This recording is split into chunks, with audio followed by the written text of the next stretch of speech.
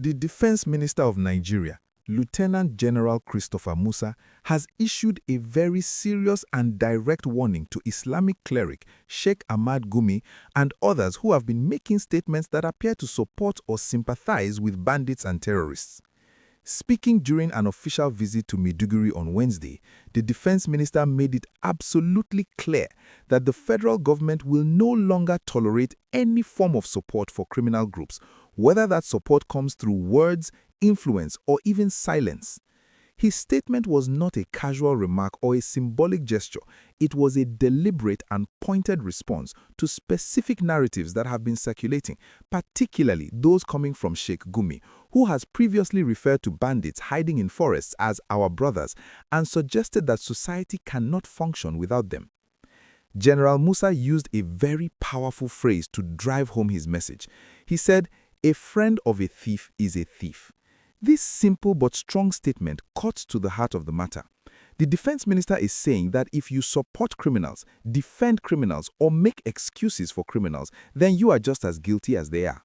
He explained that while compassion and empathy are important values in any society, there is a big difference between showing compassion and becoming complicit in criminal activities. When people justify or normalize terrorism and banditry, they are not helping to solve the problem. Instead, they are making the problem worse by giving these criminals moral cover and legitimacy that they absolutely do not deserve. The minister's warning is especially significant because it addresses a very sensitive issue that has been debating in Nigeria for some time now. Sheikh Gumi has been a controversial figure because of his approach to dealing with bandits in the northwestern part of the country. The cleric has visited bandit camps in forests, met with armed criminals, and engaged them in dialogue. His stated goal has been to broker peace and find non-military solutions to the banditry crisis. Gumi has argued that many of these bandits are Fulani herdsmen who turn to crime because of various grievances such as cattle rustling, land disputes, and feelings of marginalization. He believes that dialogue and addressing their complaints is a more effective and humane way to end the violence than relying solely on military force. However, many Nigerians, including security experts, government officials, and ordinary citizens who have suffered at the hands of these bandits, strongly disagree with this approach. They argue that by visiting bandit camps and calling these criminals brothers, Sheikh Gumi is giving them recognition and legitimacy that emboldens them to continue their activities.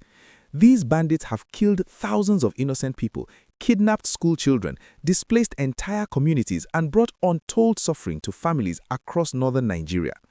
Victims and their relatives find it deeply offensive and hurtful when someone refers to their tormentors as brothers or suggests that society needs them in any way. General Musa's statement makes it clear that the government shares this concern. He explained that terrorism and banditry should never be framed as expressions of regional, ethnic, or religious brotherhood.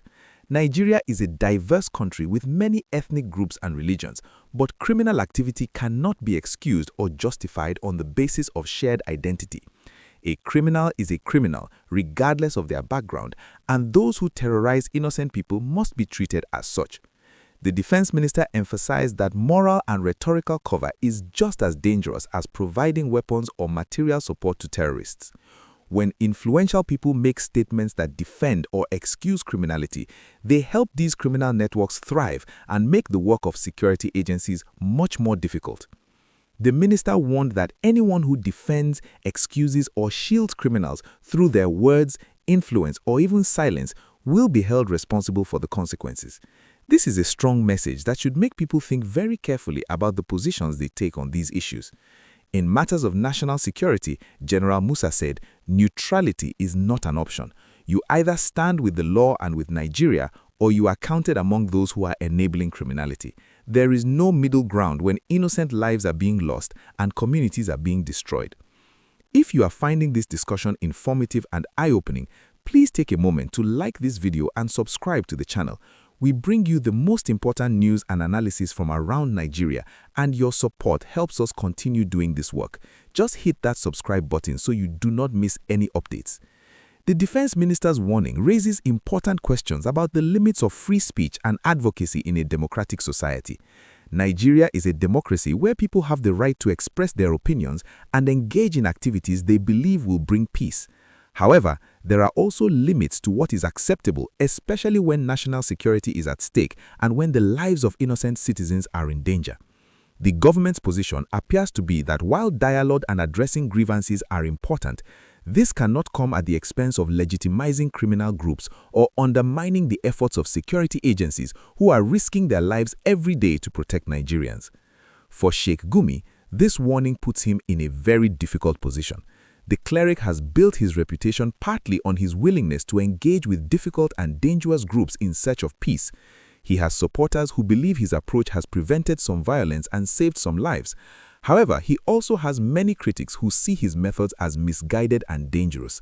Now, with the defense minister issuing this direct and public warning, Gumi must decide how to proceed. Will he continue his engagement with bandits despite the government's warning, or will he change his approach? And if the government decides to follow through on this warning with actual legal action, what would that mean for freedom of expression and the space for non-governmental peace-building efforts in Nigeria? Many Nigerians are watching closely to see whether this warning will be backed up with concrete action. The government has made strong statements in the past about dealing with those who support terrorism and banditry, but enforcement has not always followed. If Sheikh Gumi or anyone else is actually arrested and prosecuted for supporting bandits, it would represent a significant escalation and could have far-reaching implications for how Nigeria handles these sensitive issues going forward. On the other hand, if the warning is not followed by action, some people may see it as empty rhetoric designed to appease frustrated citizens without actually changing anything on the ground. The defense minister's statement also sends a message to the bandits and terrorists themselves. It tells them that they should not expect sympathy or support from influential voices in society. It tells them that Nigerians are united against their criminal activities and that there is no moral justification for what they are doing. This kind of clear messaging is important because it denies these groups the narrative that they are fighting for a legitimate cause or representing the interests of a marginalized community. Instead, it frames them correctly as criminals who are preying on innocent people and must be stopped. The choice that General Musa presented is stark and clear: stand with the law and the nation, or be counted among those who are enabling criminality. There is no room for ambiguity or for trying to walk a middle path. This is the government's position, and it will be interesting to see how different stakeholders respond to this challenge. Will religious and community leaders who have been engaging with bandits reconsider their approach? Will civil society organizations that advocate for dialogue and non-military solutions adjust their messaging? And most importantly, will ordinary Nigerians see improvements in security as a result of this tougher stance? What do you think about the defense minister's warning to Sheikh Gumi? Do you believe that people should be allowed to engage with bandits in the name of peace, or does such engagement cross the line into supporting criminality? Should the government take action against those who make statements defending bandits, or would that violate freedom of speech? Share your thoughts in the comment section below and let us have a respectful and productive conversation about this important issue.